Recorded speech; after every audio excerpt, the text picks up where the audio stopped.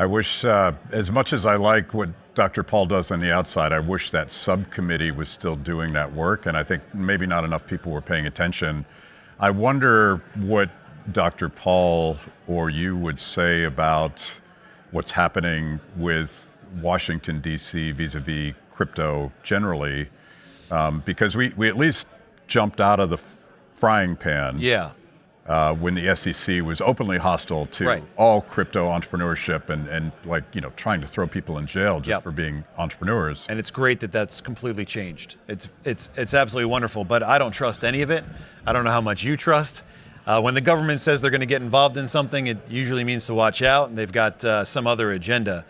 So I'm concerned as well. There's a lot of discussion today about CBDC, the central bank digital currencies, and we've promised to kill those things, right? Right. Executive order saying we will never have one. And yet if you go out to like a gun show and you talk to normal Americans and you ask them if they're into crypto, they say, yeah.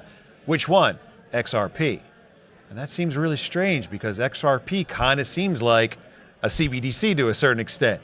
And so we'll see what happens. I think that what we can definitely appreciate is, like you said, the crypto task force at the SEC has been disbanded, and now we're going to see a lot of creativity. We'll see a lot of development in that space, which for a long time was very difficult to even think about doing without your bank account getting shut down, or getting a nasty gram from somebody that says you can't do that here. You got to go find some other part of the world to develop your blockchain-enabled business. So we'll see. It's yet to be really known what the government's got up its sleeve. I always take comfort in the fact that politicians like Elizabeth Warren or Hillary Clinton are apoplectically worried that someone might actually be able to trade something anonymously, might actually be able to hold something of value anonymously.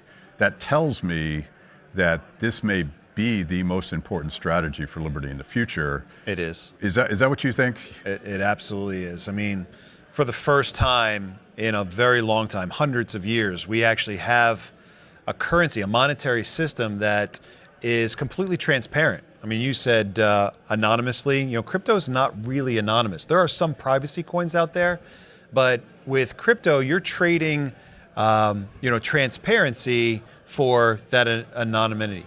And so we now have a monetary system where we know exactly how many coins there are.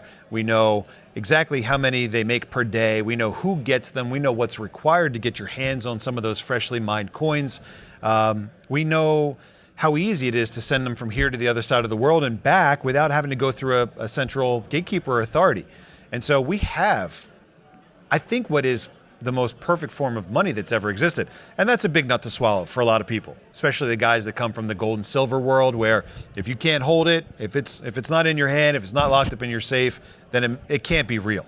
And so it took me 13 years to get over that concept. But the fact that you can perfectly split a crypto coin into thousands of little fragments, the fact that you can it's impossible to make a counterfeit Bitcoin. If I tried to send Bitcoin from my wallet to your wallet and I had fake Bitcoin, it would never reach your wallet.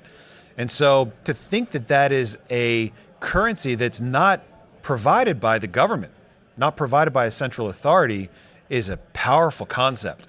And so what we need to do is we need to educate, we need to really shrug off some of the skepticism and some of the fear that we've had, because crypto was dark web and it was money laundering, it was all of these bad things. But really what we have at the core is this financial technology that puts the control of money back in the hands of us, the people. And I can't think of a more powerful tool to make it possible to continue fighting for freedom and liberty than honest money. It's at the bottom, it's the foundation of all of these things. And that's why it's so important that we have good, honest currency so that we can deal with each other through honest trade, through producers and consumers, outside of the realm of the government and the Fed.